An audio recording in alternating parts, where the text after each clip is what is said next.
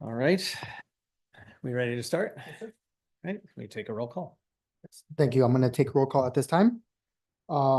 Angus Simmons, Present. Debbie West, Are we on? We're live now. Yeah. Kim Bullard, Richard Tom. Here. Daniel Mora, Kat Selm, Court Cassidy, Here. Diane Wallace, Here. Renato Bugatti, Here. Chris Gutierrez, Here. David Here. Hockey, Here. Neil Fromm. Here. And we have a quorum. Comments. Okay. Great. So is there any public comment? There's no Yes. public comment at this time. Is there public comment in any of the remote offices? Yes, we do. Hi. I was wondering when you talk about the Flint Bridge Training I'm sorry, Center. Diane. We're calling for a public comment from the public. Oh, sorry.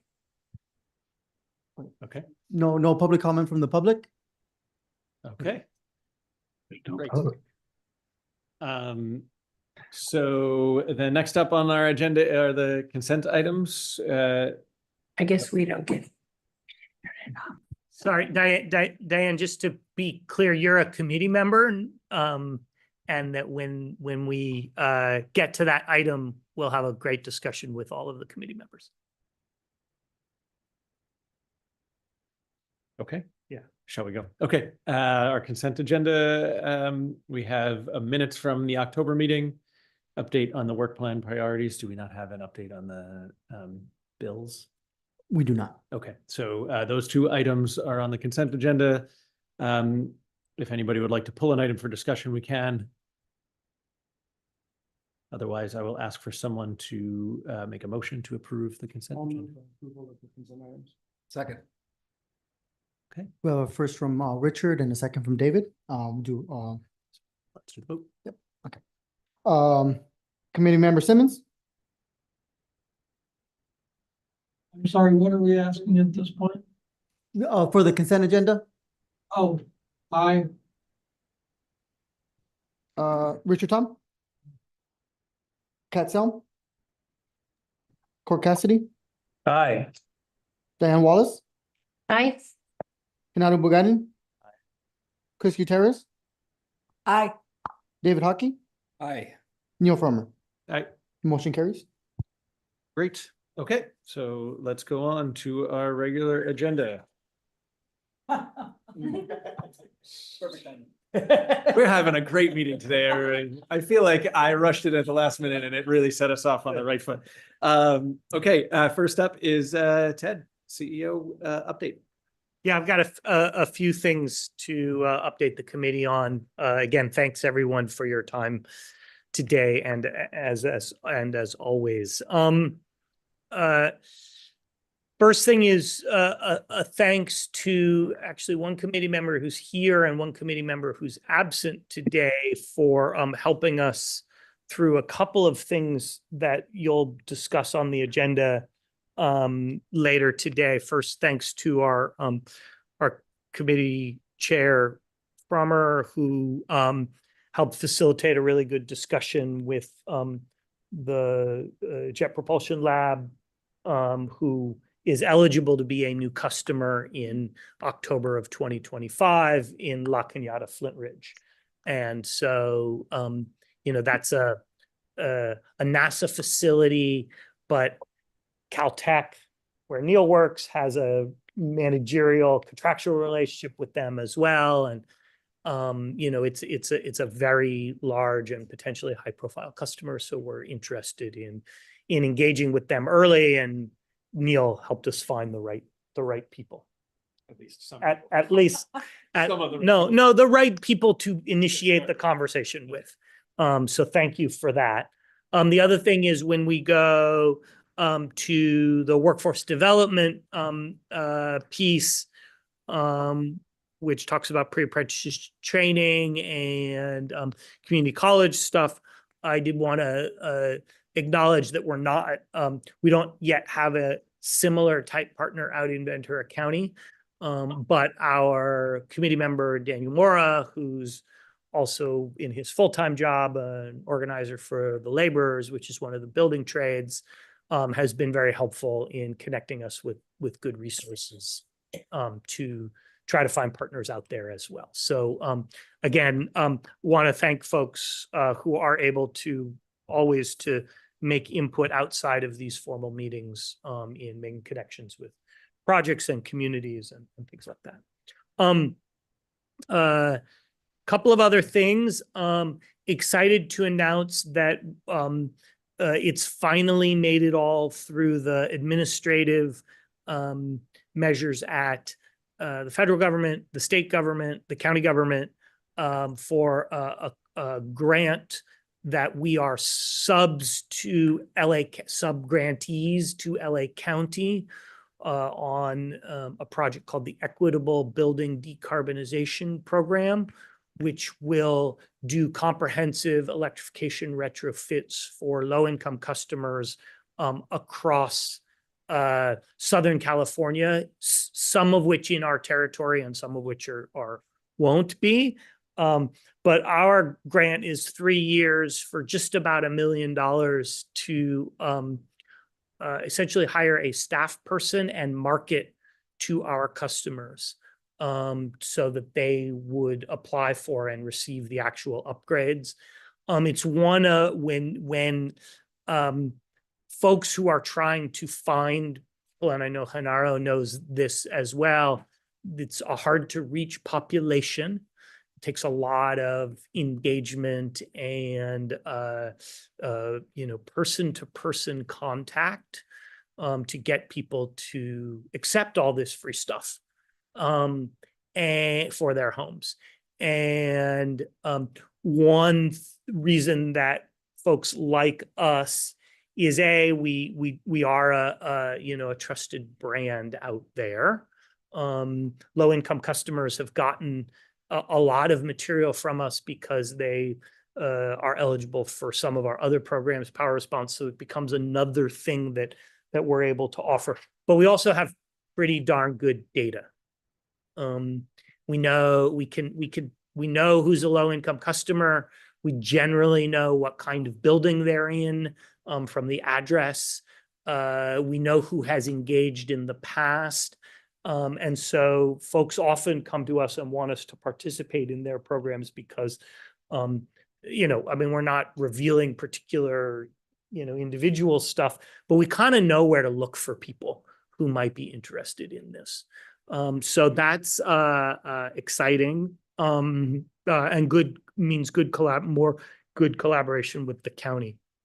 The second thing I wanted to, or I guess it's the fourth thing I wanted to mention in this list is more at a big higher finance level, which is that Clean Power Alliance was awarded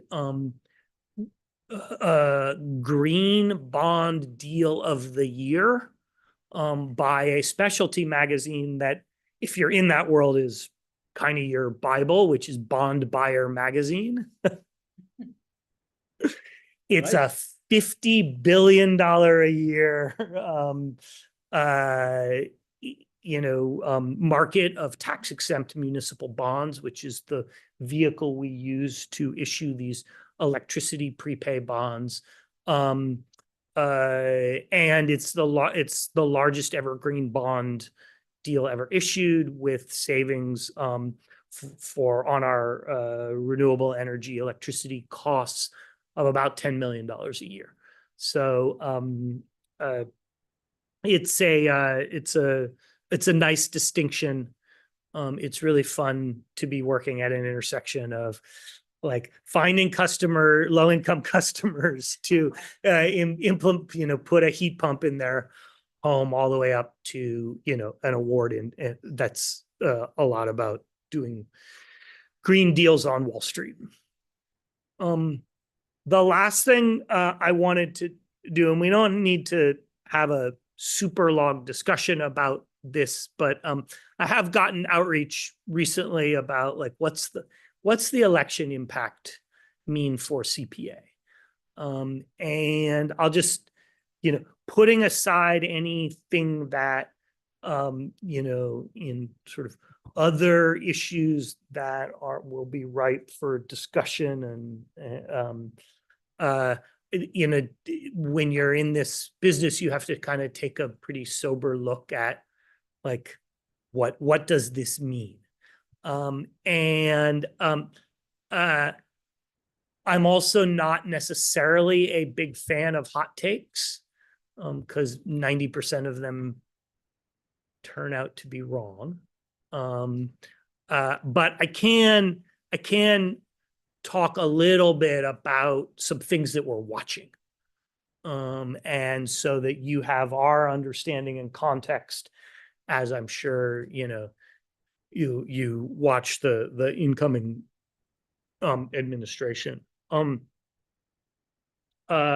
So big picture, the last 2.5 years, particularly since the passage of the Inflation Reduction Act, there's been a growing sort of ecosystem that has created nice winds at our backs. It's in a lot of different places, but it's felt like people were all kind of rowing in the same direction.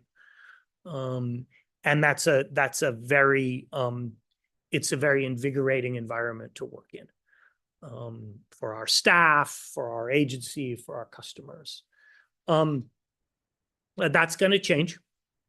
And we're going to have to be dealing with individual issues on a more sort of issue by issue basis, rather than just kind of understanding that the broader ecosystem was working in our favor.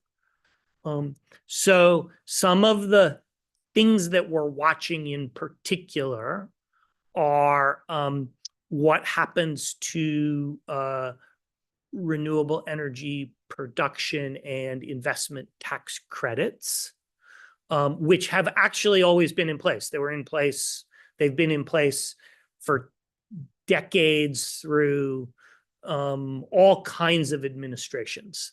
But the big thing that happened under the Inflation Reduction Act was there was a long-term extension of them, 10 years. They gave a lot of certainty. And now we think that they'll probably survive in some form because they've always seemed to have survived. But just the level of uncertainty about what the long-term picture is does mean that some developers will sit on the sidelines for a while. So the uncertainty may slow things down on the big development side of things. So that's one thing that we're watching.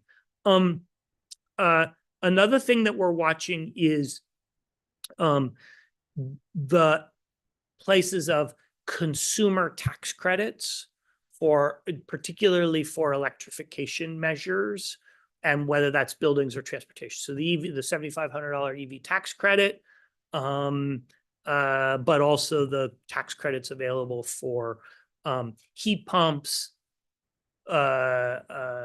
heat pump water heaters, along with consumer rebates. And the tax credits and consumer rebates overlap sometimes.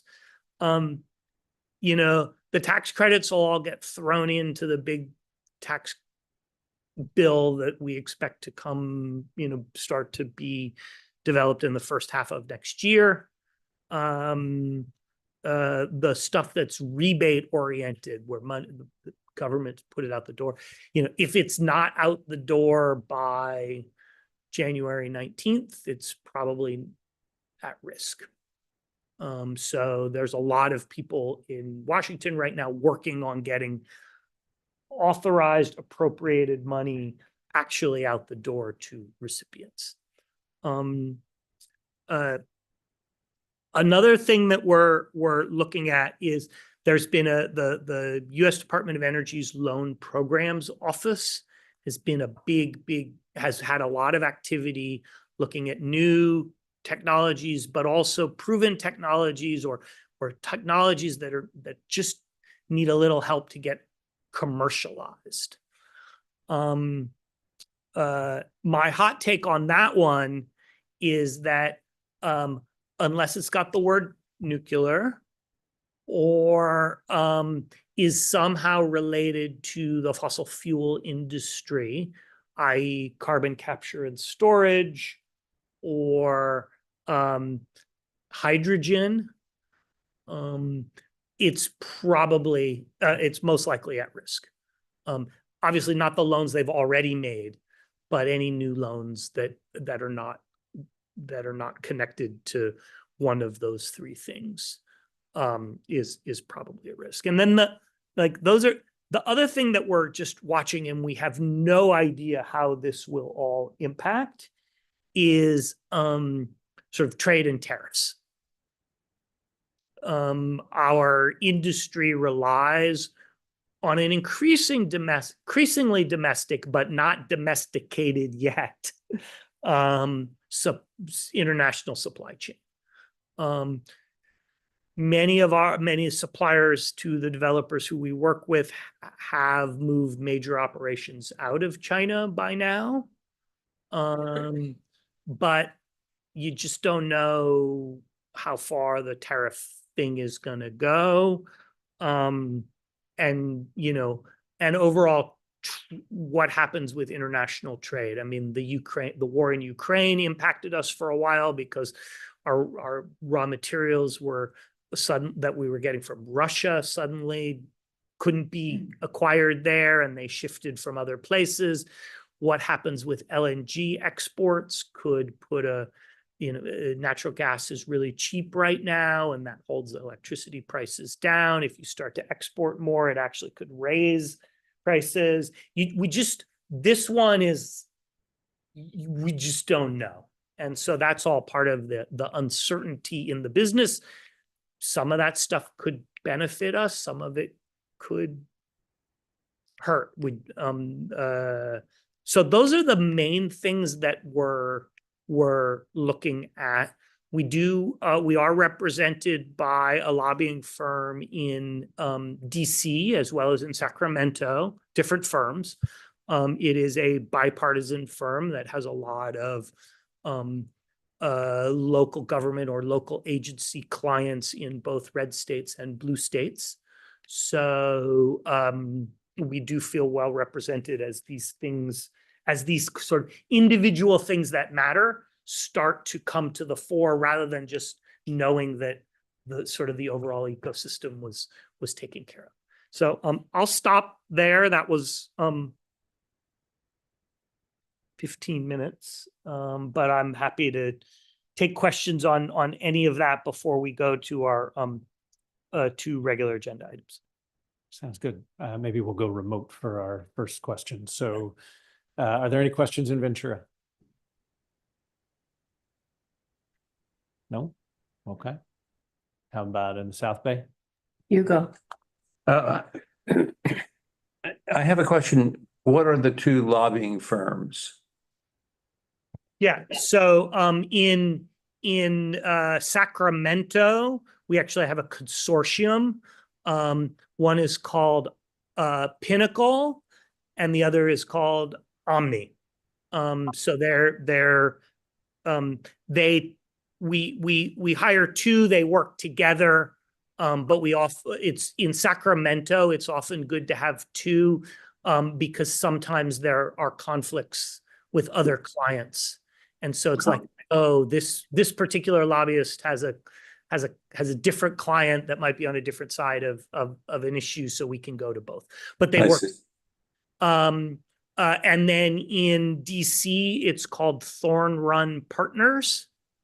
And there are two partners, both of whom were senior committee staff on the Hill, one for working for Democrats, one working for Republicans. Great. Thank you. I also have a question. You mentioned emerging technologies. Something's going on with our screen. Yeah. Okay. You mentioned emerging technologies, and I got a question from someone in Manhattan Beach. They wanted to know if we've ever discussed ocean wave generation of electricity, and I was wondering where we are with that. Yeah, so we have taken a number of meetings with folks who are developing that technology. There's sort of two promising applications out there. One is sort of out in the ocean in using buoys. Basically, they're big buoys and they kind of go up and down with just the natural movement of the ocean. And they pull a weight up and down, and that weight going up and down turns a turbine out in the ocean that sends electricity back to the shore. The other technology that we've seen is an onshore technology, generally attached to some kind of jetty or pier or rock outfall that basically it's the same kind of, it's a floating mechanism. And again, it goes up and down attached to something. And and then it's already connected to the shore, so it connects into the grid right there. There is a demonstration project of that latter technology being built at Alta Sea, which is the big ocean research institute connected to the ports of LA and Long Beach. And I'm been excited to see what they're able to demonstrate out there, because I do think with our coastal place and a lot of piers and jetties and all kinds of things along our coast, it could be a very interesting application. I don't know if those folks have gotten loan program, U.S. Department of Energy loan program office monies. They might be able to be funded internally. But yes, we've had conversations. Yes, we're looking at that as something that could really provide value in, years ahead. Thank you. Yes. Thanks. Okay, let's come in here. I think, David, you have a question. Really enjoyed listening to your comments, and congratulations on the equity grant. I think this is really huge, and my basic question is whether more of that could be done. I had the privilege of having a conversation with the former president of LADWP, Cynthia McLean Hill, representing the Sierra Club, and I said, how do we get to 100%? And she said, it's all about equity. It's all about equity, and the idea of investing in energy efficiency. It seems like a way to really, maximize your return on investment if whoever's funding this grant.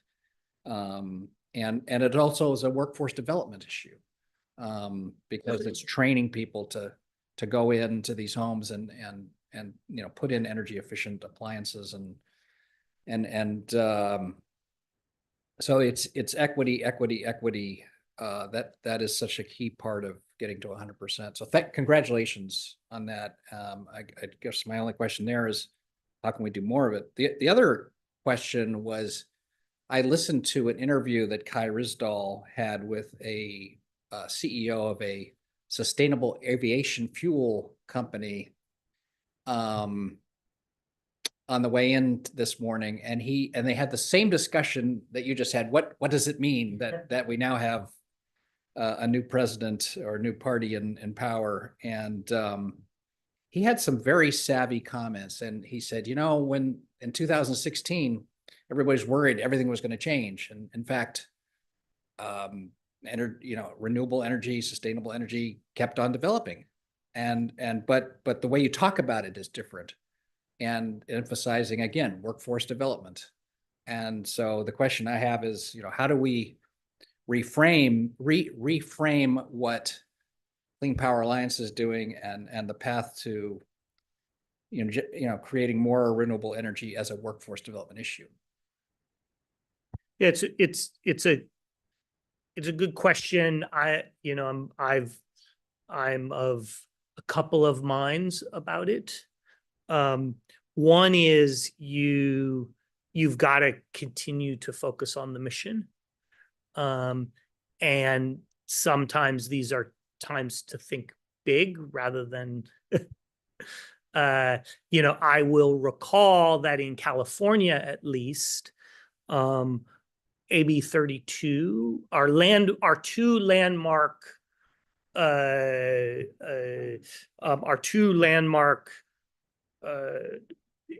climate legislation initiatives, the first renewable portfolio standard, or RPS, and the AB 32 were both passed under Republican governors. And so that was people who were taking the moment and thinking big in what looked like a moment of transition. So I hesitate to just say, oh, let's deviate too much. Right. Because then you just start getting, you can lose focus, I think. So that's on the one side. On the other side, I think we would very much like to see and will be participating in the conversation about domesticating production of raw materials and solar panels. Because of the IRA and things like the CHIPS Act and all of that, we should be able to supply all of the solar panels we need in the United States, or the projected build out, by 2026. Now, that's not all the raw materials that go into it, but the final assembly, there's enough factories on the being built or on the drawing board that we should be able to get there. And so keeping those things alive are really important. I think the other thing is, as we've been doing press around this green bond deal, for example, I've just been emphasizing that it's all about reducing customer costs. It's not necessarily a green thing. And that's gonna, be more part of the conversation, is how do we make the transition as affordable as possible and as domestic as possible, so that what happens on trade stuff impacts us less going forward. Okay, so I knew if I opened this this comment is up. Naro and then Chris here, and then we'll do another circle. Yeah. Oh, Okay. Sorry, I didn't see. Okay. Thank you, Ted. So two things. Yeah. One might be quick, but on the Equitable Building Decarb program, Yeah. I would like to strongly suggest that CPA consider providing some type of matching funds, because those, like any program, there's limitations, and so there's caps to the improvements that low-income households would be able to get. There's caps on what they call remediation funds, and so if a home needs a lot of repairs, then that home may not be able to be served. And so that's an opportunity where I think some type of matching fund or the equivalent of that from CPA could make that a reality for those homes. Okay. And then the other thing is on the tariffs and the potential risk that could trickle down to perhaps the competitiveness that CPA has. What percentage of the procurement now, or I guess in the near future, is already secured on PPA with set rates, right? So what's the percentage exposure in general terms? Yeah. So on the first one, Gina, maybe you could take a note. Hanada should probably talk to the REN and LA County on the program design of that equitable, because they're really running the what happens in the building part. I'm not trying to put it off, but I like your idea of some matching funds for some of the non-specific energy measures. I know that's been a barrier that you've faced in some of your projects. So appreciate that. So on the I'm going to reframe the question a little bit about PPAs and all of that. The things that are, really at risk are the new developments that are under construction that may not have secured all of their supply of panels, inverters, transformers, all of racking, telemetry. That's really the risk. And we are actually in a pretty good position because we have two very, very large projects coming online later this year or in January. 600 megawatts of solar and about 400 megawatts of batteries that are in test energy, which is going to really help. And they're not impacted by potential stuff. We have two other projects that are supposed to come online in July of next year, who have secured they're also not at risk. After that, it's battery only projects and the SunZia wind project in New Mexico. And I don't know about every battery project, how they're doing. And I think SunZia, if you're building a $12 billion project, you're pretty sophisticated in making sure that you're not going to get held up by tariff stuff. So we're in decent shape. The projects that I worry more about are things that have online dates of like 2027, 2028, who would be looking to acquire their materials in the coming 2 years. All right. I think we've got time for one more question. We've got two people that had questions, so you guys want to fight? Yeah. I don't know. I see her. I'll just put it out. You can answer it later. When I talk to people like in Chasm and other places, Climate Action Santa Monica, they're always wondering, how to keep the rates down. And I'm always, countering with the value, including the value of our long-term financial, et cetera, et cetera. So what's the new equity bond, energy green bond? How are we making that amenable to some kind of layperson marketing for people to celebrate? Yeah, we do.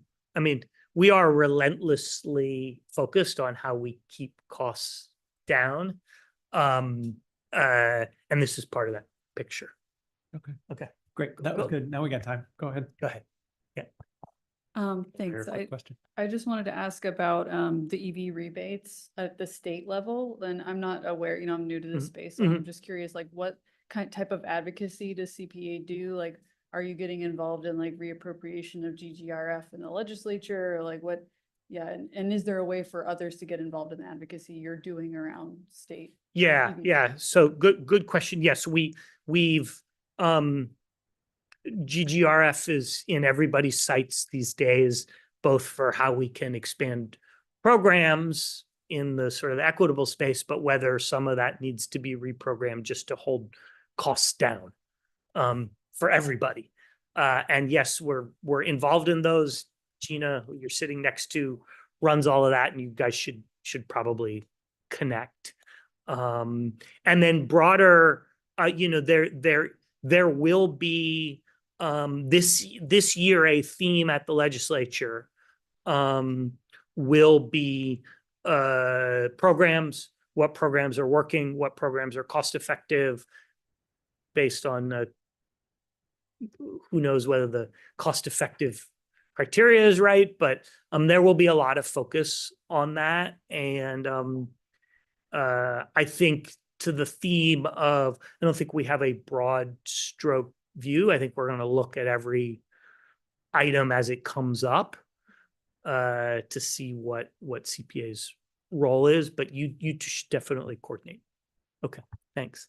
And just in terms of GGRF, that refers to greenhouse gas reduction funds. Yeah, sorry, that's the money that comes in through the California's cap and trade system.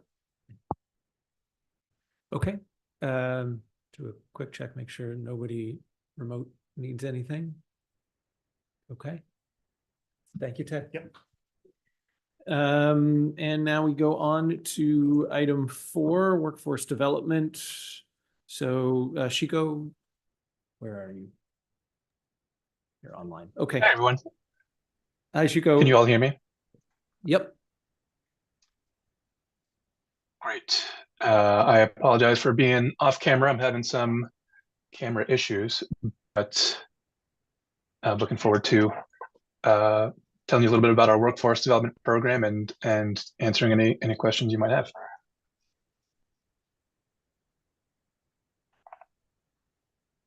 All right, so today I'm going to talk about phase 3 of our workforce development program, how we came to this and what some of the board direction has been around workforce development, and how we came to look into pre-apprenticeship programs. And I'll describe a couple of the pre-apprenticeship programs we are currently planning to work with, as well as describe the process of how we're continuing to investigate, as Ted mentioned, opportunities in Ventura County. And I'll also talk a little bit about how we're revamping our Ventura Scholarship program. And this is an information item. Love to get any feedback afterwards. All right, let's go to the next slide. So here you can see the actions that the board has taken so far to shape our workforce development program. The Voyager Scholarship has been in place since 2019 and received a second round of funding in 2023. And we're continuing to use the board's 2020 direction to provide training resources to facilitate building and transportation electrification and supporting evening apprenticeship programs. The recommended pathway we're going to discuss today works within the bounds of this guidance and is an adjustment to existing CPA actions rather than a totally new approach. And so far, just sort of that last bullet there, our partners thus far have been the IBEW and Electric Training Institutes in both LA and Ventura County, and then the LA Clean Tech Incubator for 2 programs and curriculum we've developed there, as well as trainings, in addition to the Voyager Scholarship Program. Next slide. Here you can see the outcomes from the first 2 phases of our workforce development program. We've developed 2 courses through LA Clean Tech Incubator with about 60 graduates and 15 funded internships. We have funded a number of pieces of equipment for 2 different trainings in our electrical training institutes. These are pieces of equipment that last 3 to 5 years. So, over the course of that time, we will expect to see many more apprentices trained. But here you can see those who have taken these sort of higher level courses to date and used the piece of equipment that we have provided funding for. And then for our community colleges, we've distributed 99 scholarships to date and counting, and are looking forward to a revamp of this program from the $1,000 scholarship you can see we've been providing thus far, and I'll discuss how we're changing that in the future. And to date, we've distributed about $765,000 total. All right, next slide. So how have we gone about determining what we should do for phase 3? Well, over the last year or so, we realized that there aren't too many additional opportunities to work with our IBEW partners in terms of the kinds of equipment they need. There just wasn't more equipment to fund. We were in discussions about additional trainings at Lacey, but we're also interested in additional opportunities to continue working with our union partners. And over that time, we met with a lot of different folks to figure out what were the best opportunities for CPA, including our community college partners, trade techs, the IBEWs, and assorted other groups, including some folks that provide trainings in Ventura County or could expand there, and USGBC for some of their trainings. And from this sort of months-long process, we determined that we wanted to prioritize working with pre-apprenticeship programs based on feedback from a number of different organizations, including our Electrical Training Institute partners. A lot of the recommendations they gave us were to look at these opportunities to make sure they're getting quality applicants, and that we can increase the sort of equity of who is able to apply and get into the apprenticeship programs. And similarly, from this process and talking to our community college partners, we learned that one of the reasons we might have seen relatively low uptake of our Voyager scholarships was that they weren't covering all student costs. And so we looked at ways to increasing the value there so that it covers tuition and books for students. Next slide. All right, so what are MC3 pre-apprenticeship programs? So MC3 is the multi-craft core curriculum. It's a standardized curriculum approved by the Building Trades National Apprenticeship Committee, and it's used by apprenticeship programs in 15 affiliated unions that make up the North American Building Trades Unions, and 26 from the LA and Orange County Building and Construction Trades Council. It's a well-established curriculum. It includes things like OSHA 10 and CPR first aid certification, case management, where trainers will follow up with pre-apprentices over 3+ years to make sure they're following through with their curriculum. It includes life skills through second call, again, resource navigation and follow-up over time. It helps folks learn what it takes to be employed in the field, best practices, showing up to work at certain hours, provides hands-on training for some of the work they will be doing in their apprenticeship program. That includes construction and union site visits so they can see what the job entails, physical fitness training, financial literacy, a lot of sort of background information to make sure folks are ready to join the workforce in these particular union jobs. The boot camps themselves last 10 weeks, and they're 240-hour programs. And all major trades that are working on CPA programs and renewable energy projects are represented by unions that are using the multi-craft core curriculum. And so why are we funding these programs? Well, they're a clear path to high wage jobs. These pre-apprenticeship programs basically are training folks to be good applicants when they apply for an apprenticeship program. And these lead to high wage jobs. They leverage an established curriculum. In other words, some of the feedback we've gotten in the past has been that some of the funding we've provided was developing a curriculum rather than going directly to benefit students or apprentices. Here, we're leveraging a very established curriculum. And so all of our funding, as you'll see in the handful of slides that come later, that we're going to other supportive services that provide equipment and funding directly to students. And the programs that we've selected here have very high success rates of placing students in union apprenticeship programs.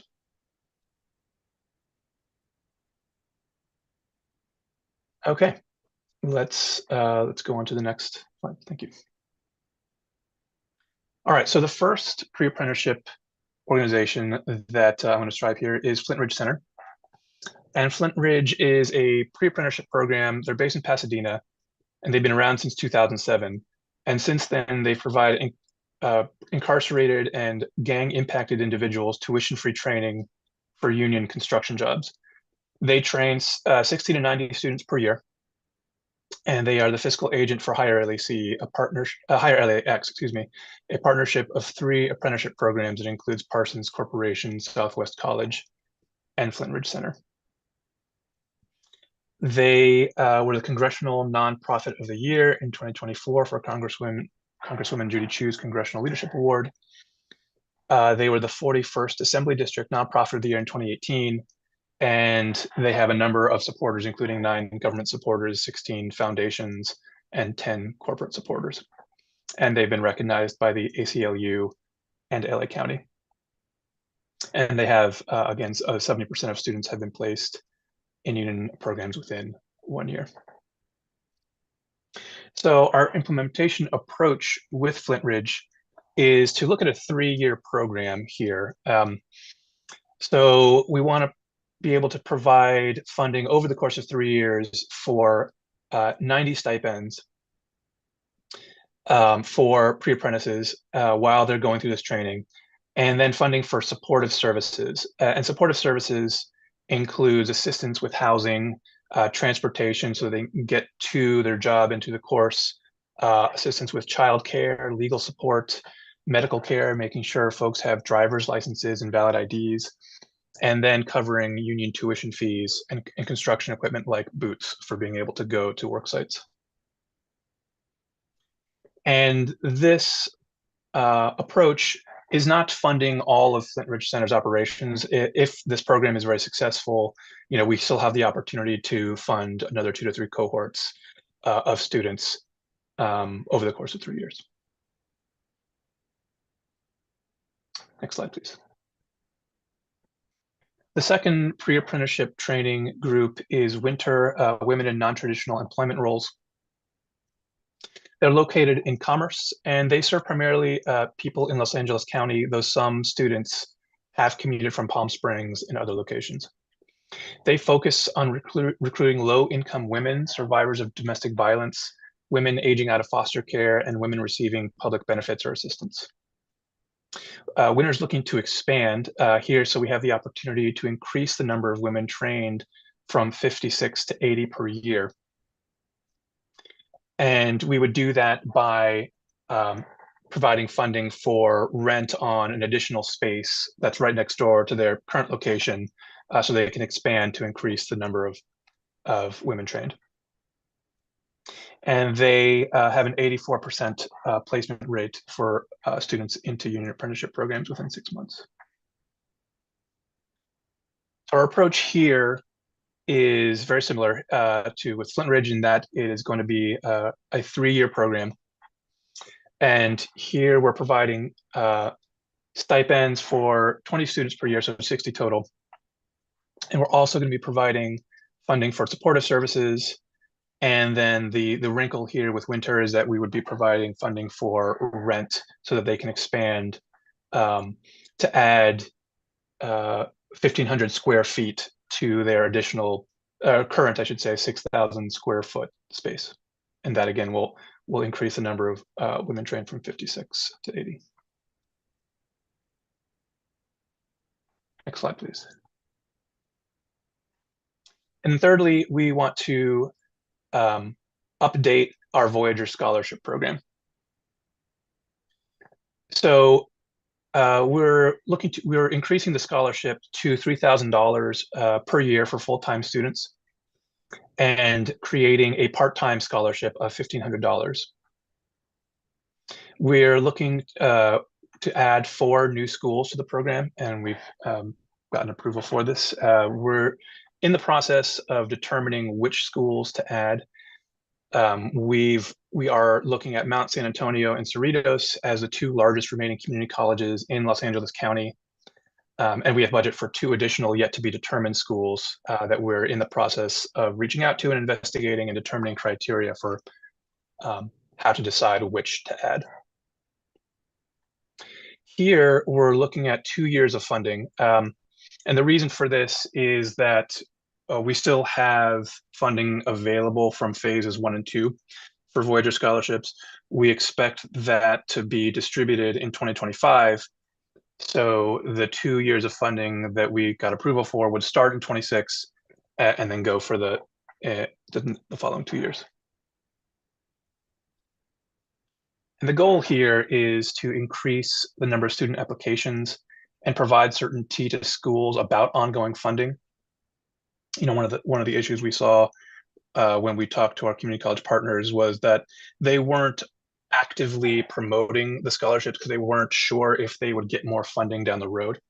And so this sets up a clear line of funding for the next several years, and will encourage them to market the program and make the scholarships themselves more attractive to students. And the reason we set the scholarship at $3,000 was because it would cover, for a full-time student, a year's worth of classes and then materials for books. And so our approach here is to work with 11 schools and finalize 2-year agreements providing $15,000 per school per year starting in 2026. Next slide, please. Oh, and I can just walk through the schools that have are currently participating, and that's East LA College, Rio Hondo, Antelope Valley, Compton College, Oxnard, Ventura, and Moorpark colleges. And then we're reaching out to Mount San Antonio and Cerritos. Thank you. Okay, next steps. So here you can see our next steps today. We're having our PTSD meeting, and then the next steps for the pre-apprenticeship programs will be to finalize memorandums of understanding with Flint Ridge Center and Winter. And we're continuing to do and have started doing outreach to additional community colleges. We've gotten the names of a couple colleges from our executive committee and board that we're looking into. And we're in, because we have, you know, a larger list than we have funding for at this time, we're developing criteria for how to select those schools as we're talking to them and which would be the best candidates to receive scholarship funding.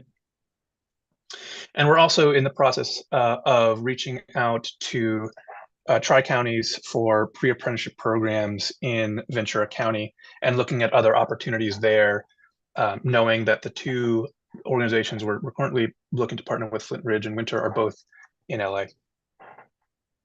And then early next year, we're going to be finalizing our Voyager agreements, or updating, I should say, our Voyager agreements with the schools that we've already have agreements with, so that we can up their scholarship amount from $1,000 to $3,000, and then finalizing agreements with 4 new colleges.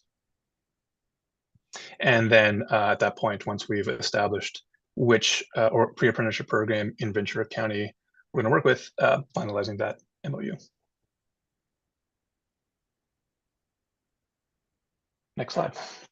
And so that's it for what I have to present today. I have a couple appendix slides here on some of the outreach approaches that each of these organizations take. But I think I'll leave it there for now, and we'll take questions on the program. Thank you so much. Okay, great, thanks. Again, we can open it up for questions. Maybe we'll start in the, well, and I see you quite well. Okay, let's start in the South Bay this time, since we started in Ventura last time. Go ahead. Thank you. Seco, that's an amazing presentation. And this is such vital work, it seems to me, as we move forward into the energy transition. You know, these are the jobs people are going to want to have, and we're going to need them to have going forward.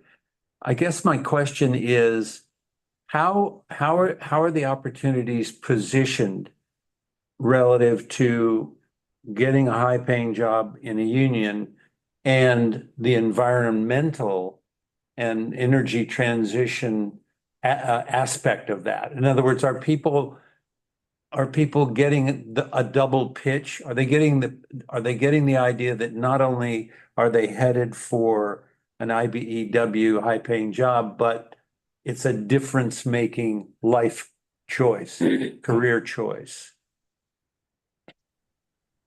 Yes, thank you for that question. Yeah, so the pre-apprenticeship programs, they do a lot of outreach and they do a lot of marketing for their programs. And that is one of the ways they make the pitch for folks to attend, is saying like, this is an opportunity to have a high wage job. And then in the programs themselves, when we funded apprenticeship program equipment with the electrical training institutes, there, we've been able to go in and talk to apprentices about how this is relevant to our work. We've been able to label some of the equipment as being funded by CPA, and the trainers there describe why this equipment is being funded by CPA, because it's so relevant to the work we do. Great, thanks. Okay, Ventura. This is Angus. I just wanted to enthusiastically agree that this is really important that we're involved in this. And had a quick question from the phase 1 community college chart. Do we have any tracking data on the 99 scholarships and the percentage of those people who've found employment in the industry? Thank you for that question. Just to make sure I heard you correct, like for the 99 scholarships for Voyager, have we tracked their progress, basically their employment over time? Is that the question? That's the question. I mean, is it 84%? Yes, thank you. Yeah, this is a great question. One of the challenges we've had, quite frankly, is long-term relationships with either scholarship winners or folks who attend a training. Once they leave a training or an apprenticeship program, or they leave school, it's very voluntary for them to continue to report their progress. We do use surveys. We've developed several surveys for our electrical training institutes to distribute. We have surveys that the scholarships distribute, and we do reach out to the students and the apprentices to gather more information on how they're doing. It is voluntary though, but we are trying to track that over time. Chico, can I just add real quick, Angus, in answer to your question, as through the community colleges, once they leave a community college, whether the only way to monitor that is if they get a certificate specifically at the community college, but if they transfer, say, to a 4-year, there's kind of a disconnect there, because it's too hard to track the student from going from a 2-year to a 4-year. So it is difficult in that sense. But with the new agreements, we're implementing additional metrics for reporting purposes. So that's going to help us kind of get a better understanding in terms of where these students are being placed into the future. Great. Yeah. Any questions here? Sorry, Chris. So following up on Angus's question, I'm wondering, did we collect testimonials? It's one question. And second, we talked originally with the Voyager Scholarship of a way to create those relationships by gathering folks sometimes with CPA. Have we, I mean, it was an initial brainstorm, but I think it's a timely opportunity for us to think about how do we bring these folks together with us. And particularly as we look to community colleges, not just for as extraordinarily important as it is for the workforce, but for their involvement in the best practices of all the climate solutions that CPA is trying to support. So my issue is, can we put on the table thinking about how to gather these folks and testimonials? What was the first year that we did the Voyager? 2019, we got it, right? 2019. And that's the first time we gave out the scholarships too? Yes, 2020? so 2019 was actually reviewed. It was on the first agenda of the first CAC meeting. Okay. And scholarships started being distributed upon board approval, which happened later that year. Yeah, so that means that that first set of folks who've been 5 years out from the program, they maybe have done a decent amount of work out in the field. Like, it would be great to know a little bit about that. That's right. Just echo what others have said. I mean, this is so exciting. So exciting and so important. I hear what's being said about difficulties tracking the graduates from the program, but I wonder if somebody from CPA marketing could take a look at, like, just highlighting couple of the folks who are current recipients of our scholarships and helping our customers understand the connection that Clean Power Alliance is doing more than just providing energy. Yeah. They're really contributing to our community in extremely important ways. And I just think this is a fabulous opportunity to explain what CPA is about. David and Chris, thank you for that. So we actually do highlight the students. The problem is it's really up to the student if they want to provide that information, right? But well, I do work with Sherman Sebastian on our marketing communications team to do just that. So every time there's a distribution, we ask the colleges if they could help facilitate a conversation with a student that might be able to have a conversation with us and do like a spot. So we do that, and it's happening on various newsletters. As a matter of fact, this morning we just got indication from Rio Hondo that we exhausted the funds there, but they're going to provide us an opportunity to discuss or interview a student in the next week or two, hopefully. And that's going to be part of the impact report as well. So if you look at previous impact reports, we do highlight those students as much as possible. So as a quick follow-up, then I think we should try to figure out how do we capitalize on that? And that's the challenge, whether it's so it's not just a immediate one-time only, but we help get that word out. Especially for those students that might be either went through school or are living in the area of one of the CAC members, that would be a good conversation. Okay, great. Diane, go ahead. You had a question. Are we on mute? You're on. Okay. I have two sort of areas I want to ask about. First of all, I totally support the comments about the marketing. I think this is a real strength for CPA, and I'm really pleased to learn about it. I have a question about the Voyager scholarships. Now that the California community colleges are basically not asking for tuition anymore, they're free. How can students who get these scholarships use the funding if they don't have tuition costs? Can they use the scholarships for other costs that they have, like housing and transportation? Diane, thank you for that question. Yes. So the easy answer to that is yes, they can utilize the funds for other items. So what happens is the foundation provides them the funding. So once they get the funding in hand, they're able to utilize it for school supplies, books, things like that. They could even utilize it for transportation costs as well. It's really entirely up to them once they receive the scholarship. But they do manage it through like a debit card that the college usually provides them. And so that's how it's managed in that fashion. But they are able to utilize it in other ways other than just tuition. And originally when the CAC discussed this, that was part of the intent to ensure that there isn't too many limitations on it. Part of the reason is because there are young people that are young mothers and fathers and have kids, and we want to make sure that they had the capacity to utilize that for childcare, for example, or something like that. Just to Oh, great. Okay, thank you, because that's really important. My second issue is I'm wondering how we decided to use the Flint Ridge Center. I'm very familiar with Flint Ridge. I'm wondering where it is, and is it located in an area that's accessible by public transportation? Good question. Yeah, so how we got to Flint Ridge. So a couple organizations came up a lot in our discussions, and one of them was Flint Ridge Center. They're located in Pasadena. I have to look at their address to see how close to public transportation they are. But they've been around for quite a long time, and they've trained a number of different students. But so they're not like in CPA territory, but they serve a lot of CPA territory on the east side of our region.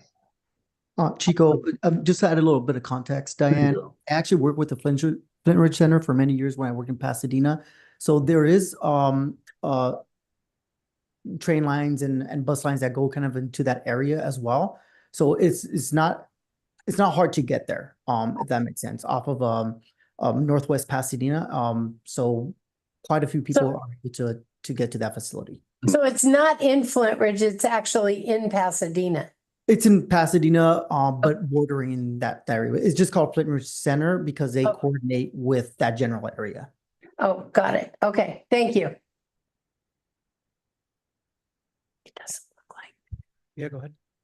I'm sure y'all have already thought about this, so apologies if I'm just saying something you already know, but I'm curious if y'all have tracked like through the colleges, the alumni resources or the alumni list, because that might be maybe a way you could capitalize on the list that they've already captured. Yeah, just a thought. So just to clarify, in terms of like alumni that has left the college itself, we don't track that specifically, but we could internally discuss and see how that could be possible. Yeah. Great. Have any other questions? Okay. Thank you, Chico. Thank you. And now we move on to our last item for the day, which is Karen. Oh, there you are. I see. Hi, Karen, to talk about rate setting. Good morning. Looking forward to talking with you about our proposed rate setting approach for the 3 communities that will begin serving in October of 2025. Next slide, please. I'll give you a bit of background on, why it is that we're talking about this and talking to you about it now. What staff is recommending to the board as the approach for the new communities, and then of course look forward to your questions, comments, feedback on our proposed approach. Next slide. So as a reminder, we have 3 new member agencies that will begin service with CPA in October of next year, La Cañada Flint Ridge, Linwood, and Port Hueneme in Ventura County. Each of these agencies' city councils having gone through the process of being invited and deciding to join and getting getting the implementation plan addendum approved by the CPUC, now has two more actions they need to take before service begins. One is that they have to appoint their representative to the board of directors. And the other is that they have to decide their community's preferred energy option, what we also sometimes refer to as the default rate. So this is the energy product that customers in their community will automatically be enrolled in if the customer doesn't choose a different energy product. And we're asking the cities to make that decision in the first quarter of 2025, so in the next few months, so that we can begin working on our energy procurement and also begin working with those communities on outreach to residents and businesses to let them know about their coming new energy options. In order to select the preferred energy option, of course, the first and foremost question that the city councils will have is what are the bill comparisons? What will it mean for our customer bills? In June of this year, at the CPA board retreat, we had a discussion with board members about expansion issues in general, and specifically about rate setting for new communities. And the board members at that time affirmed that the principle that customers in new communities should be provided with competitive rates that align with the targets that have been set for existing communities.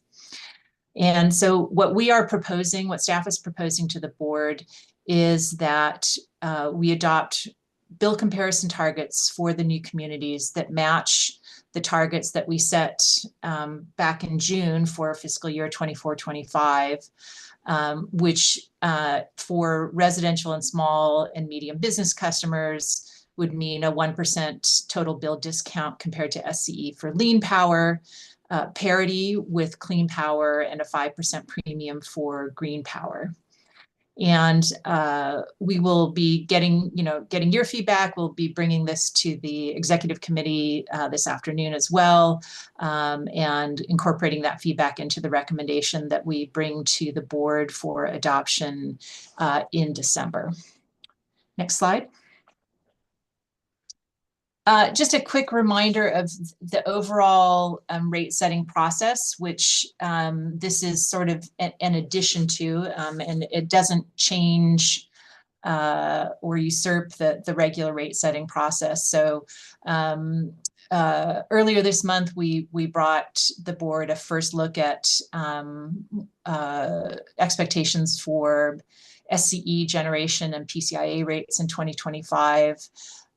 Today, of course, we're talking to you about new community rate setting approach and to the executive committee.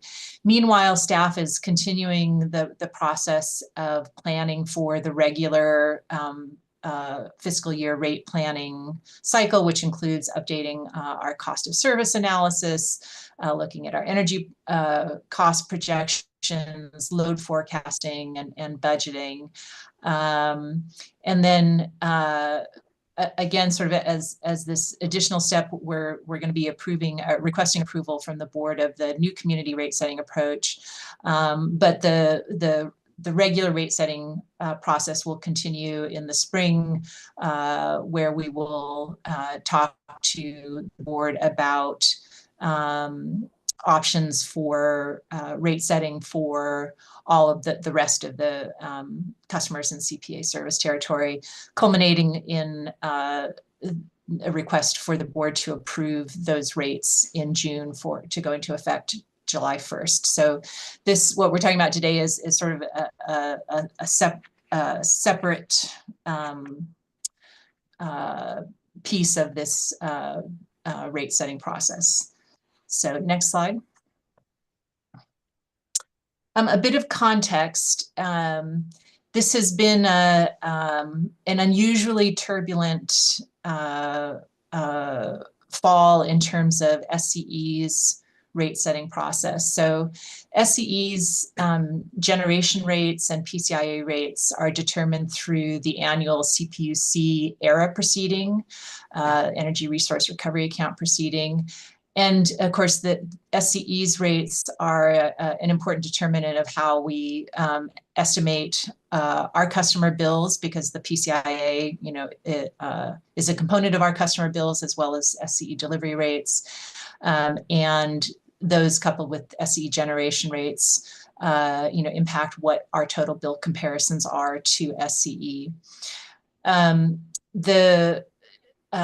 The ERA proceeding is still underway. And the timing and impact of SCE's 2025 rate changes is uncertain, though we expect more information by mid to late December. But we have been conducting analysis on the alternate scenarios that SCE has submitted, and that's given us some insights that are helping us inform this recommendation. Next slide. So in spite of the uncertainties around SCE rates for next year, there are two key points that we have good insight on that are relevant for the new community rates. So first is, so the new communities will be on SCE's 2025 vintage PCIA rate. So the PCIA, again, as a reminder, is the power charge and difference adjustment. It's a charge that all exiting SCE customers, that's either community choice aggregator customers or direct access customers, are charged to cover the above market cost of energy procured on their behalf before they exited. And one thing we know from SCE's ERA filings is that the 2025 vintage PCIA rate that the new communities will be on will actually be lower than the PCIA rate that's paid by most CPA customers, which is the 2018 vintage. So under whichever scenario the CPUC approves for SCE, the PCIA for the new communities will actually be lower than our existing customers. The other important point is that, as you may recall, in October of this year, SCE implemented a one-time generation rate decrease. This was to correct for a $742 million over collection from bundled customers in the previous year. It was about an 18% reduction in generation rates, but that will be reversed in October of 2025 when our new communities begin service, which will raise SCE's bundle generation rates about 1.2 cents on average. Next slide. So based on those two factors, the forecasted 2025 PCIA rates and the projected SCE generation rate increase in October of 2025, staff analysis suggests that customers in the new communities will be able to cover their cost of service and contribute to CPA's financial goals if we set their rates to match those FY 24-25 targets that the board adopted last June. And the table below shows what those targets are and the projected average monthly bill for different customer groups, keeping in mind that the dollar values may change depending on, or undoubtedly will change depending on the actual rate changes that SCE undertakes over the course of 2025. But the percentage comparisons would be set based on the parameters shown in the table that were adopted by the board for existing communities last June. And we believe that adopting these targets allows for consistent messaging to the new customers and predictable choices as we begin community outreach and as customers begin their first year of service with CPA. They also provide new residential and small and medium business customers with at least one CPA rate option that is less expensive than SCE, and we feel like this is an important value proposition, particularly in that first year of service, based on the city council and community input throughout the decision-making process of joining CPA. Next slide. So those of you who've been with us for a while know that we refer to large commercial and industrial customers, as well as pumping and agricultural customers and street lighting accounts as so-called subset rates, that we set their rates based on cost of service, and we do not take quite the same approach as we do with residential and small business customers of fitting those rates into standard bill comparison targets. What we're recommending for the new communities for these subset rate schedules is that we adopt an approach that does not exceed the bill comparison levels for each subset rate schedule as they were on July 1st, 2024, based on the board's rate setting for the current fiscal year, which is designed to cover their cost of service and contribute to CPA's financial goals, but also, as with the residential and small business customers, provide some predictability about what their options are relative to SCE and relative to each of the CPA energy product options. We're suggesting that the board could consider improving those subset bill comparisons during the regular FY 25-26 rate setting cycle once we have more updated cost of service and competitive analysis, including definitive numbers on the PCIA levels for the customers in these communities. Next slide. Oops. Do we skip a slide? You go back one? Okay, looks like we're missing a slide. So the slide that is not showing up is just a summary of the recommendation to that we're proposing to bring to the board of directors, which is number one is to set the new member, the residential and small business customers in the new communities rates at the bill comparison targets that are in slide 5, the -1% discount for lean, parity for clean, and 5% premium for green. To set the subset rates for the new communities at levels that do not exceed the bill comparison levels for the subset rates as of July 1st, 2024. And lastly, to authorize staff to update the rates for the new communities periodically as needed when SCE rates change. Again, those of you who've been with us for a while know that SCE's rate changes its rates several times each year. And even though CPA rates don't change, it does change the bill comparisons and the competitive position each time SCE does this.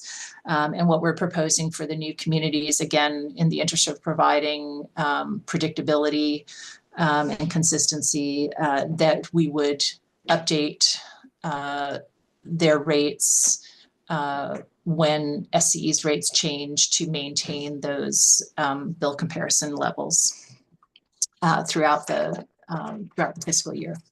Okay, now you can go to the last slide.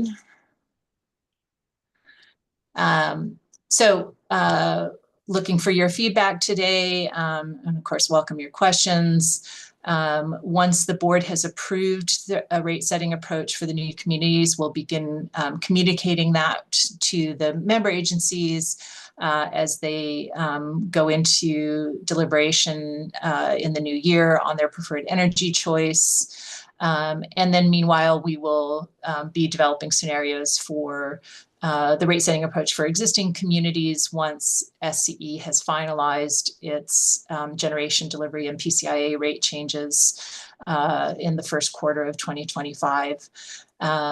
We'll do the final rate setting and rate schedule approvals in June, along with adoption of the fiscal year 25-26 budget.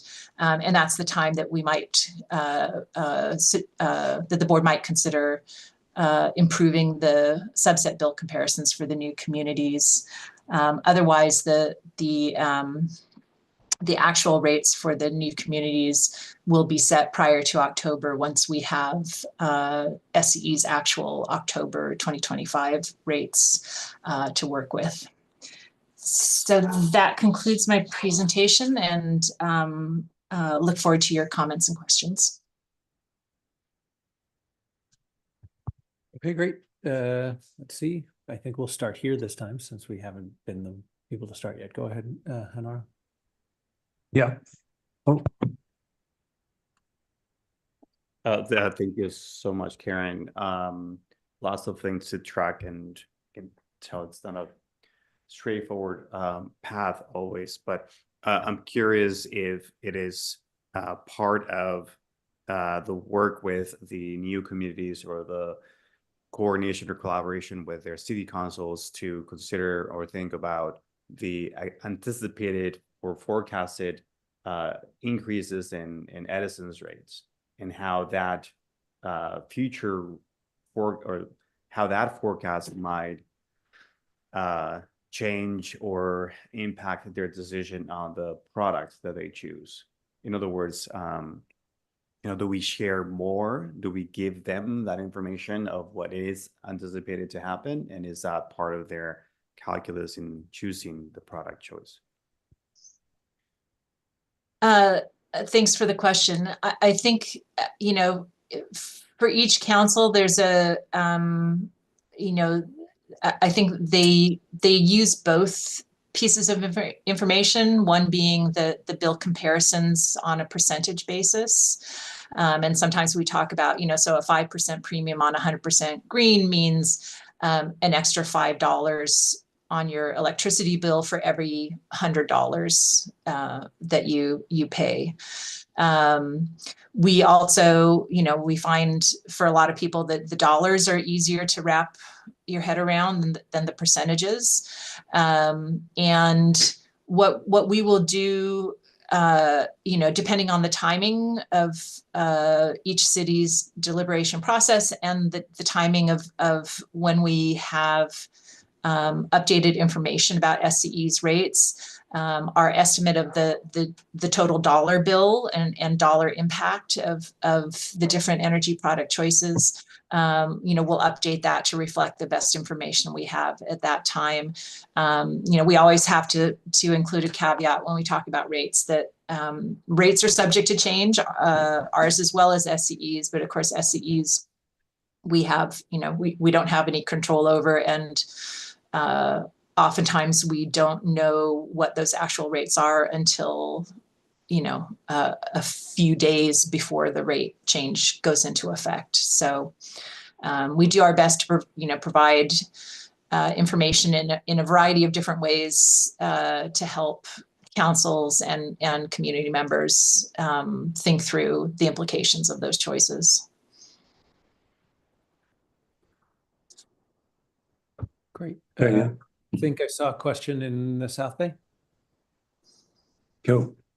I actually have two questions.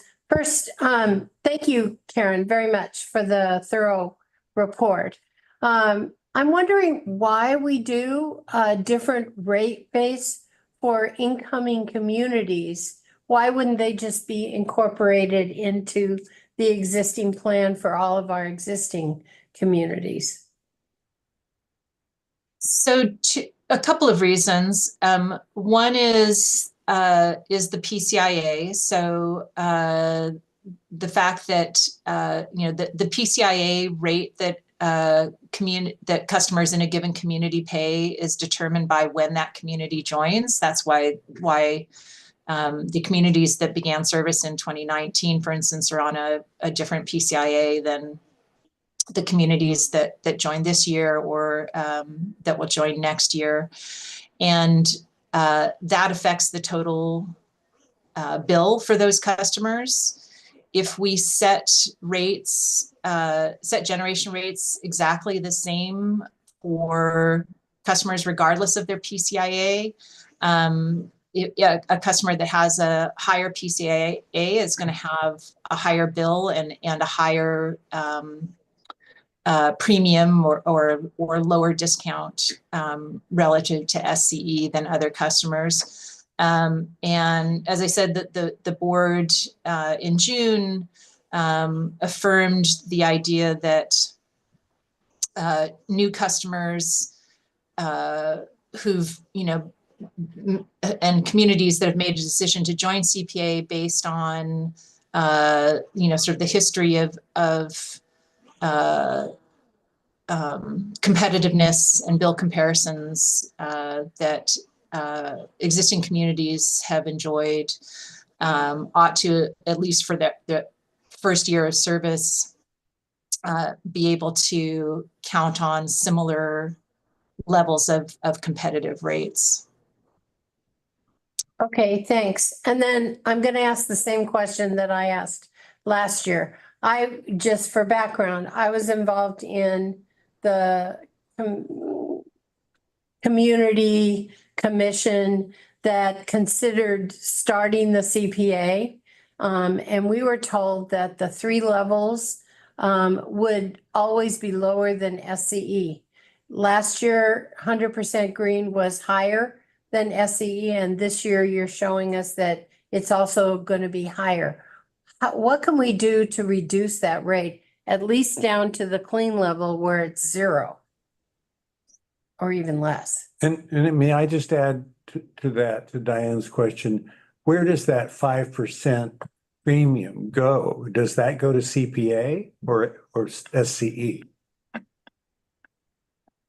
So I'll answer that question first. So CPA's generation rates are, CPA sets those rates, and that revenue goes to CPA to cover our generation costs. So SCE collects the funds on our behalf because they are our billing agent. So customers get one Right. bill that has CPA as well as SCE charges.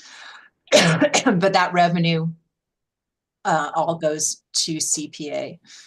Got it. In terms of the other question, so I will say that it has never been part of CPA's value proposition that all of our rates will be lower than SCE's. It is part of our value proposition that we will have competitive rates. And in fact, we have, for almost all of our history, have had at least one rate that is less expensive than SCE's that customers can choose. 100% green power, for the most part, has always been at a small premium to SCE. When we started in 2019, and for our first few years of service, the premium was actually between 7 and 9%. So the price for 100% green has come down over time. I will also note that there was a stretch in the last couple of years where, in fact, all of our rates were lower than SCE's, but in general, as I say, for most of our history, 100% green has been at a small premium. We set the rates based on our cost of service. So each year we look at what the product content is for each of our, each of our 3 products, and the cost of the energy, the renewable energy that goes into those products, and determine, what the differential, the price differential is between the products based on our actual costs. And that's what determines the differentials that you see in our bill comparison targets. Thank you. Great. Thanks, Karen. I recognize that you're going to be presenting this to the executive committee of the board later on today. So I would say if anybody has any specific thoughts or recommendations for Karen in terms of that viewpoint, those would be particularly timely comments to make. My quick question is, maybe you said this and I missed it in the presentation. How do we then, so these folks will start at a different rate than the legacy customers who are already on clean power lines. When do we sort of bring those together? Is that done during the sort of next annual rate setting next year, or I guess the year after that? Yeah, so we don't know yet what the bill comparison targets for existing communities will be for the 25-26 fiscal year. That will be determined through the regular rate setting process in the spring. Excuse me. I need a glass of water. And so included in that, we don't actually know that the rate comparison targets will in fact be different for existing communities than they are for the new communities. We feel comfortable, based on, the analysis that I've shared, we feel comfortable that we can set the targets for the new communities at these levels and still, have them cover their cost of service. For the million plus existing customers, we're going to wait to make that determination until we have more information about both about SCE rates and updated financial forecasts and financial goals for the coming fiscal year. Great, thank you. Are there any questions in Ventura? Yes, I have a quick question. So Port Hueneme and the port, is the port itself like a subset? Do you mean, are they on subset rates? Yeah. Yeah, so the Port of Hueneme is you know, a very large commercial industrial customer.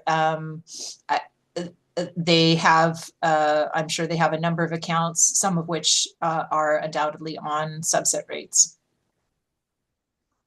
As with Ted reported on, you know, the initial conversation with with folks at JPL, we will be having similar conversations with the port, which and the port has you know, has very publicly committed to net zero emissions, I think by 2030 now. So we're eager to talk with them about how we can be a partner in reaching their goals. Okay, Chris, go ahead. Maybe this will be the last question. This is a minor point, but in terms of presentation, when you look at the slide on the graphs for the CIA rates and what the new customers will be paying, the references 2025 is lower than 2018. I must be hallucinating, but it doesn't look that way to me. And so I'm just wanting you to double check that graph so that it reflects the accuracy. So I don't know if we meant 2019 or I've looked at it a few times. Are you following me? I guess. Yeah, so I'm sorry, I skipped So over. the page of the agenda is 35 with the grant, excuse me, the graph and text and notes. Yeah. Great. So I glossed over the slide in the interest of time, and because the PCIA can be can get confusing fast. The PCIA actually for the last year or so has been negative, so it's actually a credit on customer bills. Okay. And the 2025 vintage that the new communities will pay are the right hand set of bars. And 2018 vintage, which is the second from the left, is the is what, you know, most CPA customers I are understand, paying. but you're saying 2025 so is 2025 is more negative or lower than 2018. It is lower because these are all credits. Oh, okay. Thank you. Thank you. Thank you. Yeah, sorry, I skipped over that. All right. Thank you very much, Karen. Thank you for the presentation. I think plan to bring these folks in. You know, what I've been thinking is the most important part of setting rates for them now is giving the city councils in those various places the kind of certainty that they need in order to figure out what their default rates are. And aside from having a personal desire for us to set rates for them that make it as easy as possible for all of them to choose 100% renewable energy, it seems, you know, logical to set a target relative to SCD that at least allows them to communicate to their communities that it'll be consistent over the course of the next year. So that makes a lot of sense. Okay, good. So thank you very much, Karen. Appreciate the presentation. Do we have any committee member comments? No. Any items that anybody here wants to add to any future agenda?